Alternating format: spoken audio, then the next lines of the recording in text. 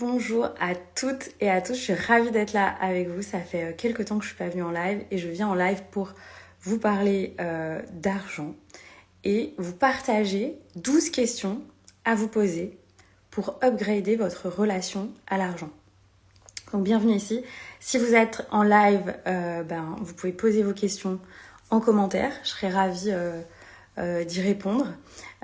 Ça va être un live assez court, mais voilà, j'ai quand même envie de prendre le temps d'être avec vous si vous avez envie d'être dans l'interaction. Donc mon but, c'est vraiment de vous partager ces questions que j'ai créées spécifiquement pour certaines conférences que je donne, notamment sur cette thématique de la relation à l'argent. Et lors de la dernière conférence que j'ai donnée, il y a vraiment toutes ces questions qui sont venues pour vraiment créer aussi de l'interactivité, de l'auto-coaching avec les personnes avec qui je suis quand je donne une conférence. Et du coup, après la conférence, je me suis dit, la conférence était vraiment géniale, je peux pas la partager à tout le monde, mais par contre, je peux venir au moins vous partager cette série de questions qui a vraiment pour but vous donner des clés. Pourquoi je fais ça ? Parce que ce que je vois qui manque le plus à un certain niveau d'entrepreneuriat, c'est du recul sur soi, en fait, de l'auto-coaching, donc de la capacité à écouter les pensées limitantes, observer les pensées et observer les auto-sabotages, les croyances, les mécanismes, les loyautés familiales. Et du coup, j'avais vraiment envie de venir vous partager ça pour vous permettre de dézoomer et de pouvoir vous empuissancer en écoutant mes questions et en trouvant vos propres réponses aux questions. Et pourquoi pas, si vous voulez, en me les partageant en MP sur mes réseaux sociaux et tout ça, je serai avec joie de vous lire vos réponses et de voir comment ça bouge pour vous après l'écoute de ce live. En tout cas, bienvenue à toutes les personnes qui sont là, Mélanie, Anne-Laure, etc. Pierre-Antoine, bienvenue. Et donc le but c'est, je vous partage les questions, soit vous pouvez les noter. Je pense que je mettrai les questions dans les notes de l'épisode de podcast, parce que je pense que je mettrai ce live en podcast ensuite, pour que vous puissiez les recopier extrêmement facilement et y répondre. Donc c'est parti. Première question, quelle est ta plus grande peur à propos de l'argent ? Et ça, je trouve que la réponse est pas du tout évidente. Pour certaines personnes, c'est en gagner trop. Pour certaines personnes, c'est le perdre. Pour certaines personnes, c'est ne pas en avoir assez pour leur famille. Pour certaines personnes, c'est très variable selon les gens, selon votre histoire, selon l'histoire familiale, selon les choses avec lesquelles vous êtes venus, transformer des choses sur Terre. Donc vous pouvez déjà répondre à cette première question. Quelle est ta plus grande peur à propos de l'argent ? En manquer. Ok, très bien. C'est intéressant parce que je me suis dit, moi, qu'est-ce que je répondrais à cette question ou qu'est-ce que j'aurais répondu à cette question il y a longtemps. Et je sais pas si c'est une peur, mais je disais récemment à des amis, moi, plus jeune, j'ai eu beaucoup d'amis au collège et au lycée qui étaient dans des situations assez précaires financièrement. J'étais dans un lycée ZEP et un collège ZEP. Et donc, j'ai été très marquée par des familles monoparentales avec très peu de moyens financiers. Et je me suis fait la promesse que ça ne m'arriverait pas. Donc, je sais pas si c'est ma plus grande peur, c'est d'en manquer, mais en tout cas, je m'étais dit, ok, moi, c'est vraiment pas ce que je veux, ni pour moi, ni pour ma famille, si j'ai une famille, etc., etc. Et du coup, c'est super intéressant parce qu'il y a une personne qui dit en avoir trop et changer. Et ça, c'est extrêmement souvent une peur que j'entends. Et du coup, reste si tu peux pour le live parce qu'on va aller un tout petit peu plus loin là justement pour déconstruire cette croyance. Donc ça, c'est la première question, quelle est la plus grande peur.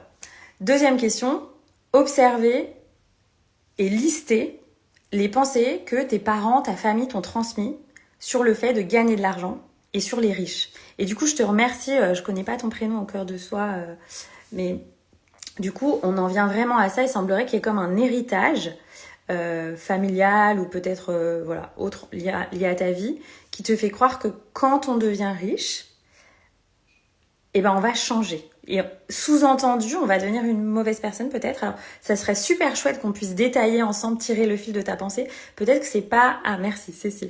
Peut-être que c'est pas devenir une mauvaise personne, peut-être c'est perdre ses proches ou perdre ses amis, être rejeté par tes proches, ton clan, tes amis.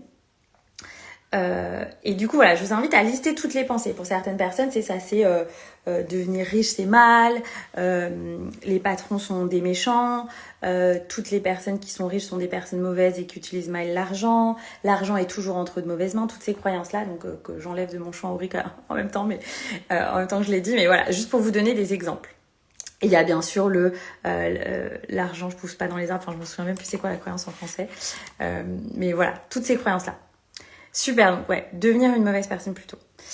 Et du coup, ce que j'ai toujours fait, je me souviens de mes premières clientes en coaching, elle avait aussi cette croyance.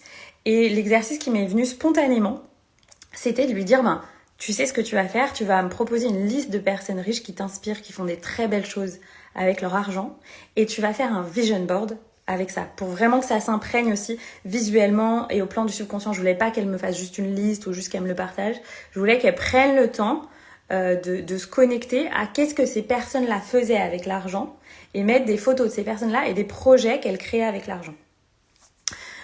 Donc j'ai envie de vous demander quelles personnes riches vous inspirent et pourquoi. Et on n'est pas obligé de prendre des personnes très très riches, on peut prendre juste des personnes qui sont un petit peu riches. Moi par exemple, je me sens très inspirée tout simplement par les pères et les mères de famille qui font en sorte de travailler pour avoir de quoi prendre soin pour leurs enfants. En fait, payer l'école des enfants, l'école consciente par exemple, j'ai plusieurs amis qui ont diversifié leurs sources de revenus pour pouvoir payer une école consciente à leur enfant qui est souvent plutôt autour de 400-500 euros par mois. Donc c'est un vrai budget pour la famille. Ça m'inspire énormément. Vraiment, j'ai un infini respect pour ça. Et en plus, quand je pense à ça, je pense aussi à les conséquences de cet acte sur la vie de cet enfant, le futur, du coup sur le collectif. On peut prendre d'autres exemples d'entrepreneurs que je connais qui, par exemple, ont racheté des forêts pour maintenir la forêt dans son état sauvage, faire que ce soit pas racheté par quelqu'un qui va exploiter la forêt ou qui va construire de l'immobilier, etc. Ou par exemple des très grandes stars qu'on peut connaître qui vont financer énormément d'écoles ou d'orphelinats pour les enfants pauvres dans leur pays. Donc voilà, en fait, comment vous pouvez déconstruire le fait d'associer la soi-disant croyance, parce que voilà, la soi-disant croyance que quand on devient riche, on pourrait devenir une mauvaise personne. Alors qu'en fait, quand on devient riche, l'argent, c'est juste comme une énergie d'amour, ça va simplement amplifier qui vous êtes. Donc si vous êtes une bonne personne, vous allez bien vous servir de l'argent, comme du temps en fait. Je suis sûre que voilà, si vous êtes là, vous êtes des bonnes personnes, vous faites bon usage de votre temps et vous faites un maximum pour faire le bien autour de vous. En fait, si vous aviez plus d'argent, ce serait exactement la même chose qu'avec le temps, en fait. Parce que c'est la même chose, en fait. L'argent, c'est pas différent de qui vous êtes. Ça va juste vraiment amplifier qui vous êtes. Donc, si vous avez plus d'argent, vous pouvez aussi faire la liste, du coup, de qu'est-ce que vous feriez. Et d'ailleurs, c'est la prochaine question, c'est que ferais-tu si tu avais 20 000 euros par mois, tous les mois? En quoi ça pourrait changer le monde dans le sens où toi, tu veux que ce monde aille? Et qu'est-ce que ça changerait pour toi, ta famille, tes proches? Et autre question sous-jacente, qu'est-ce que ça changerait pour les générations à venir? Exemple que je vous partage, qui me semble important, si on devient beaucoup plus riche, on pourrait par exemple créer un collectif où récemment j'ai entendu quelque chose qui m'a beaucoup marqué, qu'aujourd'hui on avait les technologies pour 100% sauver l'environnement. En fait, on a complètement les technologies pour le faire, simplement, apparemment, les intérêts ne vont pas dans ce sens-là et les décisions ne vont pas dans ce sens-là. Et je me suis dit, mais c'est génial, c'est déjà une incroyable nouvelle qu'on ait totalement les moyens de le faire au plan technologique. Et donc, ça voudrait dire que si on se réunissait, j'ai aucune idée du montant d'argent qui est nécessaire, j'imagine c'est une grande somme, mais on pourrait déjà faire un premier pas en ce sens. Ou par exemple, on pourrait financer des projets de préservation de l'environnement, des océans, de certains animaux, enfin ce qui résonne pour vous. Moi, ce que je trouve aussi extrêmement admiratif, c'est toutes les personnes qui permettent le financement, la création d'écoles conscientes, d'écoles dans la nature. Voilà, pour moi, le système, la préservation de l'environnement, le système scolaire, les personnes aussi qui financent un système de santé holistique qui réunit les deux médecines, c'est vraiment des choses que je trouve révolutionnaires et qui vont dans le sens de ce dont on a besoin pour le futur et pour le présent. Et du coup, voilà, je vous donne juste des pistes, mais peut-être que pour vous, ce serait quelque chose de déjà beaucoup plus simple de acheter une maison pour ma famille ou acheter une maison pour parfois un de mes parents. Voilà, ça peut être tout simplement prendre aussi soin du clan familial. Et qu'est-ce que ça changerait pour les générations à venir ? Voilà, si on prend soin de l'environnement, du système scolaire, d'un système de santé qui, le tout étant complètement renouvelé et allant dans un sens, comment dire, plus bienveillant et soutenant pour la nature humaine, si on imagine l'impact que ça aurait pour les générations à venir, ce serait incroyable de se dire, moi je me dis, si par exemple je pourrais financer une école consciente, je trouverais ça incroyable, ou juste aider un enfant à aller dans une école consciente, vous voyez ce que je veux dire ? Donc je vous invite à lister ça, parce que ça va vous permettre de vous montrer que l'énergie de votre âme, les valeurs que vous avez, elle s'aligne complètement à ce que vous pouvez faire avec l'énergie argent. Et dans un monde où on a un pouvoir créateur qui est quand même très fort et qui est même de plus en plus fort, cette capacité à utiliser l'énergie argent simplement comme un véhicule pour guider une trajectoire de vie personnelle, de vie familiale, de vie aussi familiale un peu plus grande au sens du clan familial et de vie collective, parfois locale ou plus que locale, je trouve ça incroyable de se connecter à ça, à l'impact que vous pouvez avoir si vous vous autorisez petit à petit à devenir cette personne qui peut créer et recevoir cet argent. Donc, maintenant, il me reste 1, 2, 3, 4, 5 questions. Il me reste 5 questions. La question suivante, c'est une question très terre à terre. Donc, par rapport à cette idée où moi j'ai choisi en vous disant qu'est-ce que tu ferais de 20 000 € par mois, mais vous pouvez déjà vous dire qu'est-ce que je ferais si j'avais 1 000 € par mois en plus. Ma question est, est-ce que vous avez les moyens de réaliser les projets que vous avez listés ci-dessus en lien avec ce que ça changerait pour le monde, ce que ça changerait pour votre famille, etc., etc. Donc, est-ce que tu as les moyens de réaliser ces projets aujourd'hui ? Ou est-ce que tu as un moyen ? C'est-à-dire, est-ce que tu as trouvé le véhicule qui va te permettre de générer cet argent ? Et réponse, oui ou non. Et ça peut être de différentes manières. Moi, ce que je considère par rapport à ça, c'est que c'est important de trouver un véhicule qui est profondément aligné à ses valeurs et profondément aligné avec l'usage qui va être fait de l'argent. Par exemple, il y a beaucoup de gens qui investissent en bourse. Moi, si je le faisais, je ne l'ai encore jamais fait. Si je le faisais, je choisirais très en conscience l'entreprise dans laquelle, de laquelle je choisirais d'acheter des actions parce que j'ai vu des choses concernant certaines sociétés cotées qui ne résonnaient pas du tout pour moi en termes de décision managériale, économique, de développement stratégique, marketing, etc. Donc je pense que si je le faisais, je prendrais le temps de lire la documentation juridique qui est toujours disponible concernant les sociétés cotées, de vraiment me renseigner sur les valeurs de l'entreprise, les décisions qui sont prises au plan opérationnel, est-ce que c'est des décisions qui font sens pour moi ? Voilà, c'est un partage que je peux vous faire pour vous donner un exemple, en fait, de est-ce que tu as les moyens de les réaliser et est-ce que le moyen que tu as trouvé ou les moyens que tu as trouvés sont des moyens qui sont alignés avec tes valeurs pour faire que l'argent qui vient à toi ou l'argent que tu investis en fonction de là où tu en es, il soit aussi aligné à la fréquence à laquelle tu as toi avec l'argent. Parce que, je sais pas... il y a plein de façons de perdre de l'argent aujourd'hui sur Terre, mais moi, il y en a plein qui ne résonnent pas du tout avec qui je suis, qui sont pas alignés avec mes valeurs. Ok ? Donc, pour que ce soit durable et que vous receviez vraiment les fruits de ça, il faut que ce soit un moyen qui est aligné à vos valeurs. Et du coup, la question d'après, c'est est-ce que ce moyen te semble 100% aligné à tes valeurs ? Pour vérifier la liste des moyens que vous avez trouvés. Et donc, parmi les 3 dernières questions, il y a une question qui est fondamentale, c'est est-ce que tu as suffisamment confiance en toi pour y arriver ? C'est-à-dire pour générer cette somme d'argent que tu souhaiterais recevoir tous les mois et qui te permettrait de prendre soin de toi, tes besoins, ceux éventuellement de ta famille ou de tes proches, mais aussi de ces projets que tu portes pour le monde. Et ça, je vous le partage parce que ces 3 dernières années, j'ai énormément cherché le point commun des entrepreneurs qui réussissaient. Et moi, ma conclusion, ça a vraiment été d'arriver sur ce sujet de la confiance en soi parce que quand une personne a suffisamment confiance en elle, en fait, elle est en capacité d'apprendre très facilement et de réaliser tous les projets qu'elle lance. dans une certaine mesure. Ok, c'est pas une règle générale, mais voilà, c'était comme un dénominateur commun de ce que j'ai trouvé en observant les personnes qui réussissaient dans l'entrepreneuriat. Et ce sujet de la confiance en soi, c'est un sujet extrêmement complexe dans le sens où, malheureusement, ou heureusement, parce que ça va aussi dans le sens d'une certaine évolution du monde, cette confiance en soi, elle nous est beaucoup volée enfant. Quand on accepte de se faire dominer par les adultes, quand nos besoins ne sont pas écoutés, quand on n'a pas une présence qui est bienveillante avec nous, quand il y a des formes de maltraitance, quand il y a des formes d'absence, quand il y a des formes d'humiliation, quand il y a des formes de harcèlement, etc., de violence, d'abus, somatiquement, ça va faire que la confiance en soi va petit à petit soit ne pas se construire, soit se déconstruire.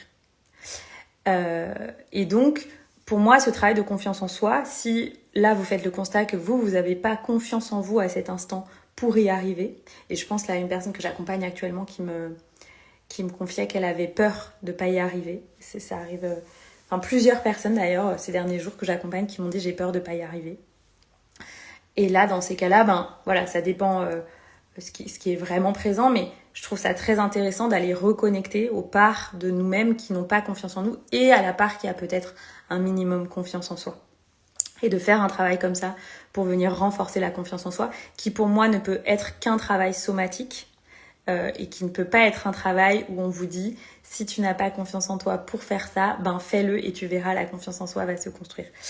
Peut-être un petit peu, mais pour autant il y a quand même besoin de venir reconstruire physiologiquement, somatiquement et psychiquement une vraie fondation de confiance en soi. Donc moi, c'est notamment pour ça que j'ai décidé de me former en thérapie somatique. Voilà, je commence la semaine prochaine ma formation pour pouvoir vous accompagner beaucoup plus loin sur ce sujet parce que voilà, pour moi, c'est le dénominateur commun de toutes les formes de succès entrepreneuriaux. Et il me reste 2 questions pour vous. L'avant-dernière question, c'est qui as-tu besoin de devenir pour générer le chiffre que tu souhaites générer dans 2 ans? Je vous ai proposé une timeline à dans 2 ans, mais si vous voulez mettre une timeline à dans 5 ans, c'est complètement ok aussi. Parfois, c'est un temps plus long qui est nécessaire pour se transformer et générer ce qu'on a souhaité mettre en place. Donc, qui as-tu besoin de devenir pour générer cette somme?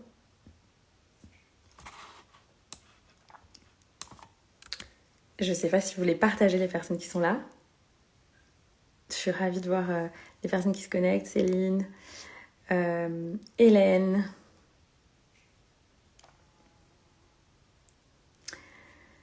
Et donc la dernière question, c'est du coup, en conséquence de tout ça, par rapport à si tu as des projets qui résonnent, si tu as cet élan de te dire moi j'aimerais m'autoriser à recevoir plus d'argent, etc. Qu'est-ce que tu as besoin de là changer dans ta façon d'être? Donc c'est très intéressant parce que donc Céline, tu dis moi, la personne que j'ai besoin de devenir pour générer ce chiffre, c'est une personne qui ose. Donc une personne qui ose, c'est une personne qui a de l'audace. Et du coup, c'est une personne qui a aussi un peu plus confiance en soi. Mais ce muscle de l'audace, il peut bien, c'est vraiment un muscle, donc on peut le construire. Et Céline, tu dis un peu plus alignée et confiante en moi-même. Ouais, c'est bien, tout ce que vous partagez, ça résonne aussi avec mon analyse. Et du coup, qu'est-ce que là, vous pourriez changer à cet instant dans votre façon d'être? Et ça peut être une chose, ça peut être plusieurs choses. Est-ce que ça peut être vous dire, je commence par exemple par parler de mes projets à mes proches et leur demander comment ils voient que je pourrais améliorer vraiment cette déjà conception du projet. Mélanie, elle dit, je dois lâcher la peur du manque. Ok, donc là, il y a plus un travail à faire sur la peur du manque, l'énergie de survie, me sentir en sécurité à l'intérieur de moi, peu importe ce qui se passe à l'extérieur, et me libérer aussi physiologiquement, somatiquement de la peur du manque. Et sûrement aussi peut-être faire un travail en micronutrition pour soutenir ça. Moi, ce serait ce que je conseillerais parce que les deux sont extrêmement liés. Si vous avez, comme une très très grande partie de la population, on est entre 80 et 90% aujourd'hui des Français qui sont en dénutrition, il y a un stress chronique qui se fait, qui fait que vous avez un manque de micronutriments qui, en fait, fait réagir tout votre système nerveux. Donc, si on est en manque de micronutriments, il y a une forme de survie alimentaire et nutritionnelle qui s'installe, qui crée une survie physiologique, nerveuse, qui crée un haut niveau de stress, qui peut vraiment très simplement se baisser avec une supplémentation de grande qualité. Donc ça, si vous êtes intéressé par ce sujet, vous pouvez me contacter sur mes réseaux sociaux. Moi, je serais ravie de vous accompagner avec des accompagnements sur plusieurs mois en biohacking, en micronutrition. Mais du coup, voilà. Pour ça, je fais un aparté, puis je relis les commentaires. J'ai l'impression d'avoir honte d'oser dire que j'imagine tout ça. Waouh, je te remercie beaucoup de partager ça, Céline. Donc ça, ce serait un autre travail à faire. Du coup, aussi, un autre petit sujet, de se dire, en fait, est-ce que tu peux aussi connecter à le fait que, en tant qu'humain, on s'est connecté, on s'est incarné, sur cette planète, tous avec des rêves.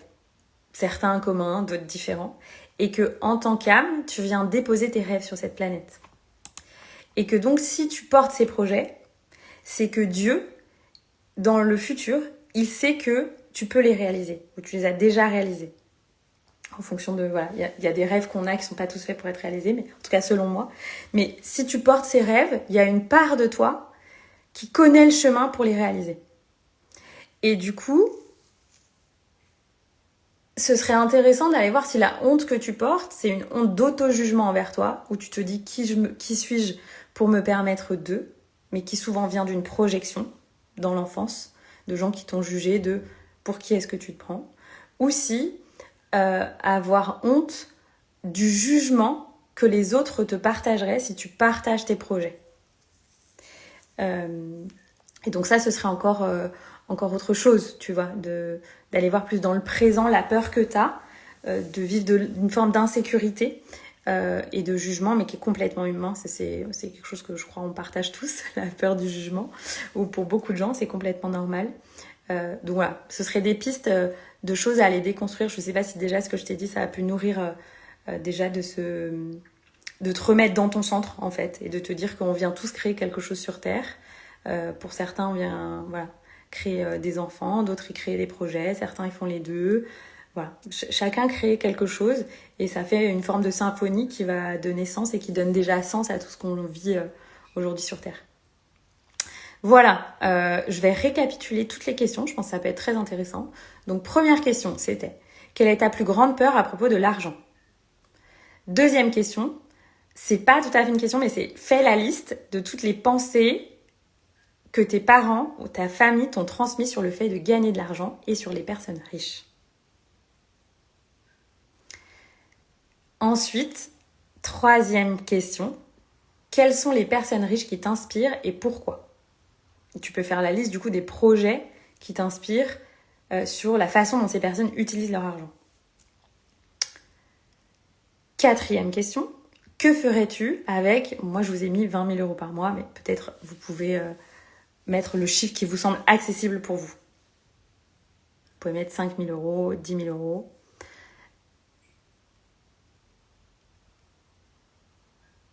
Cinquième question, en quoi tu pourrais changer le monde dans le sens où tu veux qu'il aille aujourd'hui grâce à cet argent ? Sixième question, qu'est-ce que ça changerait pour ta famille et tes proches ? Septième question, qu'est-ce que ça changerait pour les générations à venir ? Huitième question, est-ce que tu as aujourd'hui un ou plusieurs moyens de les réaliser, à la fois ces projets et du coup de générer l'argent nécessaire ? Question suivante, est-ce que ce ou ces moyens te semblent 100% alignés à tes valeurs ? Question suivante, est-ce que tu as suffisamment confiance en toi pour y arriver ? Question numéro 11, je crois, c'est qui as-tu besoin de devenir pour générer ce chiffre que tu souhaites générer dans 2 à 5 ans ? Et dernière question, qu'est-ce que tu peux changer dès maintenant dans ta façon d'être pour devenir cette personne ? Voilà, j'espère que ces questions ont résonné pour vous. J'étais ravie de connecter avec vous, de voir toutes les personnes qui se sont connectées. Merci à tous et toutes d'avoir été là. Si vous voulez me partager les réponses de ces questions en message privé sur les réseaux sociaux, ce sera avec une immense joie. Si vous avez envie d'écouter plus de partages sur la relation à l'argent, je vous invite à ce qu'on se retrouve sur mon podcast. Vous pouvez taper podcast en commentaire et je vous enverrai le dernier épisode de podcast sur la relation à l'argent. Où j'ai aussi de très nombreux retours. Et vous pouvez aussi taper croyance en commentaire ici de ce live et je vous enverrai un cadeau qui est une liste de pensées qui sont soutenantes pour se connecter à l'abondance. Pareil pour les personnes qui sont sur le podcast, je vous le mettrai dans les notes de l'épisode, comme ça vous pouvez le télécharger avec joie. Je vous remercie tous de votre présence. Merci pour les personnes qui écouteront le live ou cet épisode de podcast du coup en replay. Je vous souhaite un très bel été parce qu'on ouvre la saison d'été. Je vous dis à très bientôt pour un prochain live et de futurs épisodes vont sortir sur le podcast sur la relation à l'argent. Donc pour plus de choses et aller encore plus en profondeur, je vous invite à ce qu'on se retrouve sur le podcast pour les épisodes passés mais aussi pour les épisodes à venir qui arrivent cet été. Merci, à très bientôt.